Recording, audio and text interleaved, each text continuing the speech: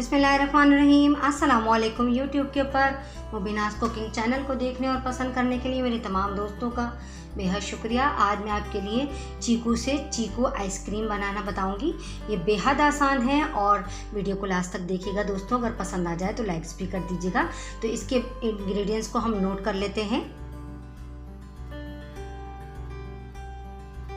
1 cup whipping cream, vanilla essence चंद कतरे, 1 पाव चीकू, 1/4 cup milk और 1/2 कप कंडेंस मिल्क। सबसे पहले मैं चीकू को पील ऑफ कर लूँगी और उसके बाद इसके क्यूब्स करके ब्लेंडर के जार में डाल के हम इसको हैंड ब्लेंडर के जार में डाल के और 1/4 कप दूध डाल के मैं इसको ब्लेंड कर लूँगी।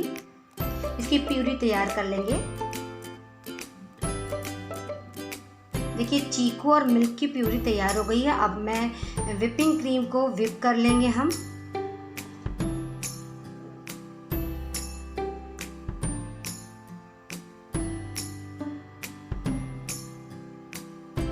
देखिए कितनी अच्छे से व्हिपिंग क्रीम व्हिप हो गई है।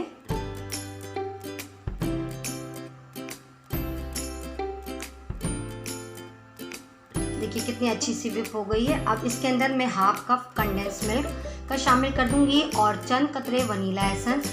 और ये आपके ऊपर डिपेंड करता है कि आप इसको कितना मीठा रखना चाहते हैं।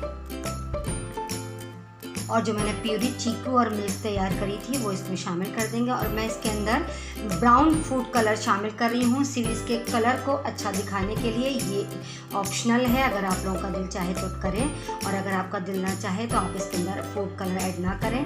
देखिए कितनी ज़बरदस्त सी चीकू की आइसक्रीम जो है वो व्हिप हो गई है। और अब मैं इसको उस जार में डाल दूँगी जिसमें मुझे इसको जमाना है।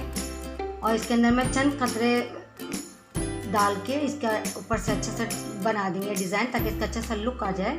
इसको मैं रैप कर दूंगी प्लास्टिक शीट से। उसके बाद कवर करके फ्रीज़र में फ्रीज़ कर दिया था मैंने।